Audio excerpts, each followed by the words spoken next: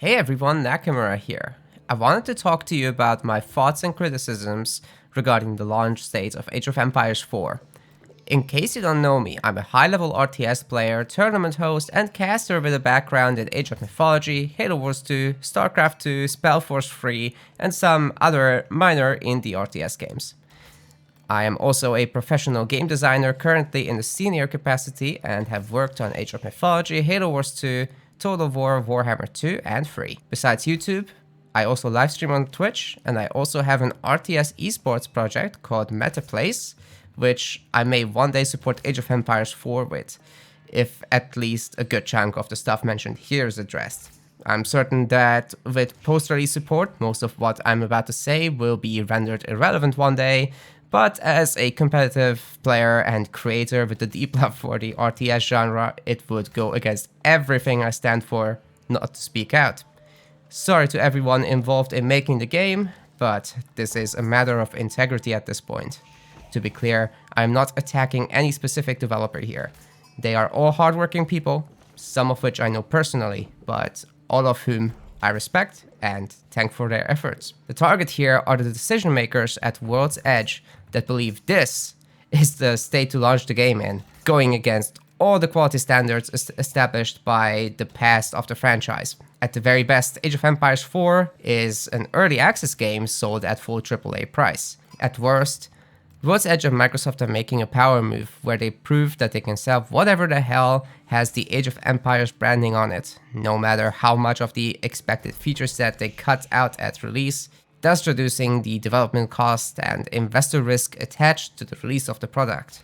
Let's not even talk about the morality of World's Edge pulling out as a sponsor for the upcoming $20,000 Genesis Cup one day before the game's release. Link to that statement in the description. Note that my perspective here is entirely focused on the multiplayer part of the game. Most of my viewers will care for this, and a large portion of them will only interact with this. This is also the area that I personally care the most for, so no campaign criticisms today. Also, none of this means that I won't cast a few games or do a few streams, but as things are, it is truly hard, or even impossible, to genuinely recommend the game to friends that interact with the RTS genre as I do. Apologies for the lack of editing here, I really have no time to do better right now. Enjoy this Delhi vs Rus game in the background. I'll let it finish after I'm done talking, of course. First off, let me say a few nice words. I believe that the different civilizations offer a ton of interesting gameplay, have well thought out bonuses that create very fun synergies. I have played the game in a very early state way back when, before the virus, and let me tell you that what I've seen between then and now was a fantastic evolution of game design. Tweaks will always be required to these systems, bonuses will likely be shifted around, blah blah blah, you know how it is. For example, Delhi might need a real early game bonus besides berry gathering and walling with spears. And the French Hulk ship in H2 might be a bit too over the top. Doesn't mean that the core ideas aren't great though. I also really enjoy the audio of the game. As usual, the units speak in their own tongue and have quite a bit of character. The language even evolves through the ages, and there's some nice attention to detail with whispers in stealth forests as well as callouts by units, and the OST is also fantastic, bravo. Just need a cooldown on the building selection sounds when people spam their control groups, and some more categories for volume sliders. I also like the progression, quest and profile customization system in the menus. Really adds a little bit of character, and hopefully with future updates will be doubled down on a little bit more. Having an in-game friend list with an easily accessible list of people you played with is also fantastic and will make the game a lot more social than it would have been without. Right-click and spectate your friend's match directly. Now that is hot. Well, if you are still here, the things that bother me so deeply that I decided to record this despite really not having the free time to do so are coming up now. The freaking Tower War elephant in the room is this. There is no ranked matchmaking.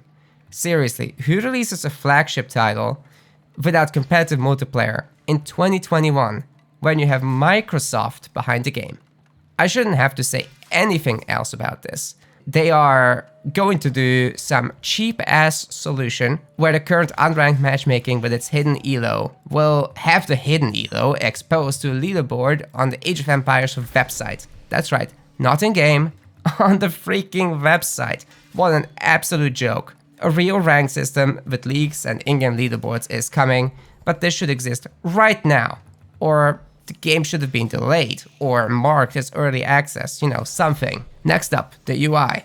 Not only is it a drastic visual downgrade without any soul or character compared to the previous titles of the franchise, it is also a massive functional downgrade. So many people have shared their feedback on this topic that for the longest time, it was a top discussion on the official forums. The release version addressed none of the feedback. You can also see the same UI in old marketing material if you look hard enough, and you'd be a fool to think that the community council that has been in touch with the developers for years hasn't spoken out. I believe that in this topic there has been absolutely no effort made to improve the situation despite awareness of the issues. Whether that's excusable due to the virus and new working conditions is not for me to decide, but I will say that the UI and its lacking features are a major negative point when playing the game. Some of it goes beyond that though. Why would you create subgroups per age for building construction when the game has so few buildings anyway?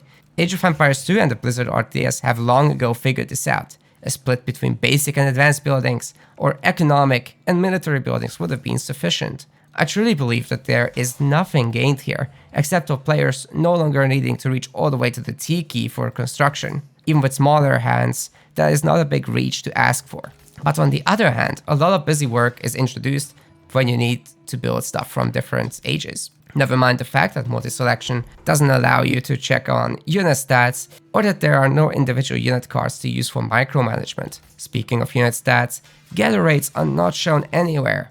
Am I seriously expected to math out build orders by testing income rates with each upgrade using manual timing? That is absolutely rubbish. Ain't nobody got time for that. The problem of stats not being shown extend to upgrade descriptions, unit card hovers, and with that, the technology tree. The entire point of the tech tree, which I am by the way very grateful to have in general, is basically ruined by this. It also needs a full review to make sure everything is listed. As an example, the Chinese tax mechanic is not even listed as a civ bonus, never mind a functional description of it with values. But then there are specific things, like some upgrades giving percentile values. What is going on with this mess? Next up, controls.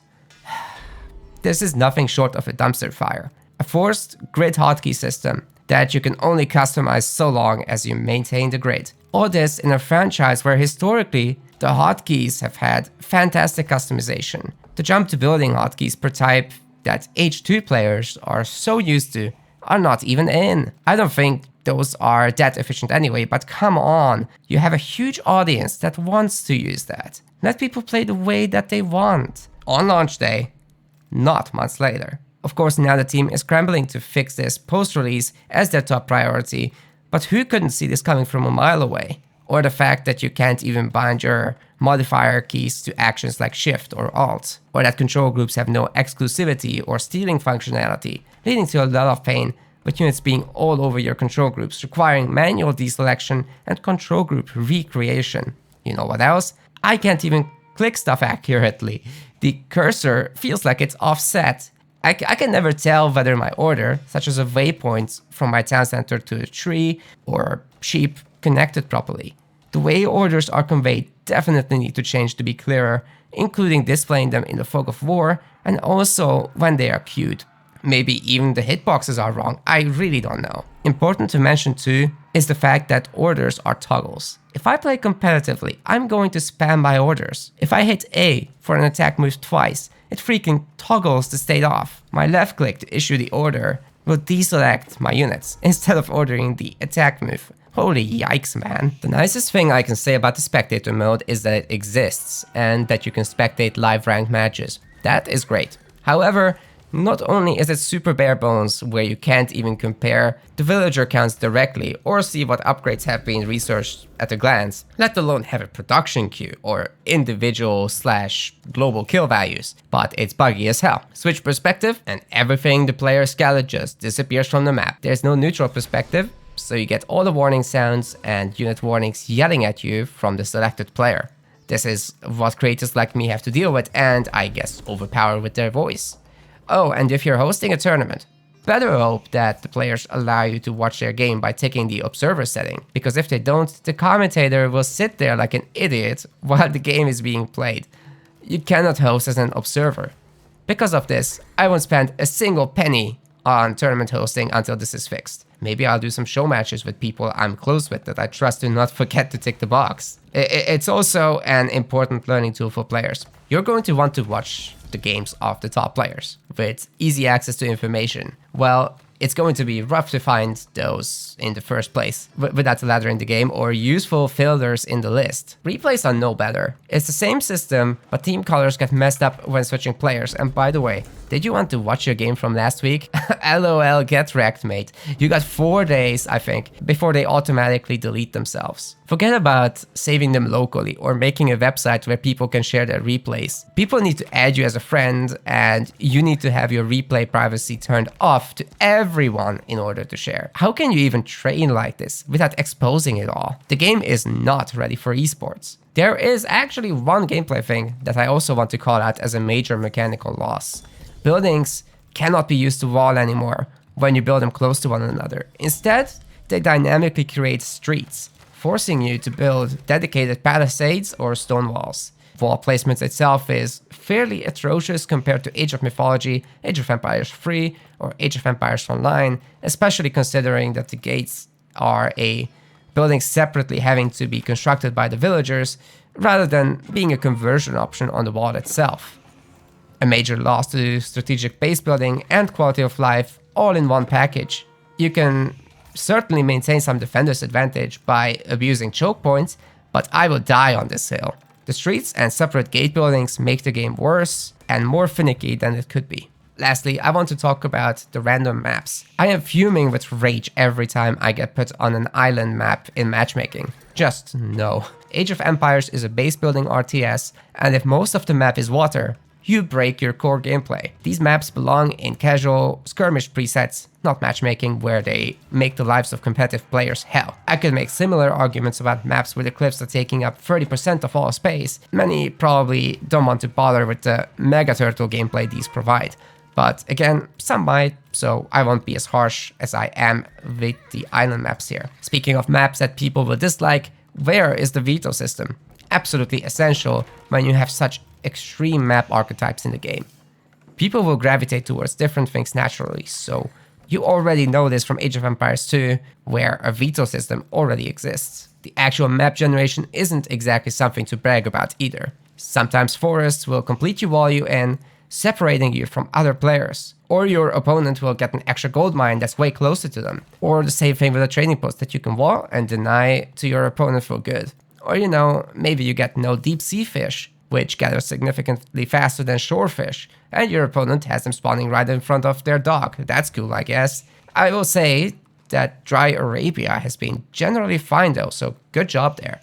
Aside from all the competitive parts of the game, the creative part has been completely neglected too. The game is not launching with an in-game scenario editor, and even the external map editor won't be available at launch.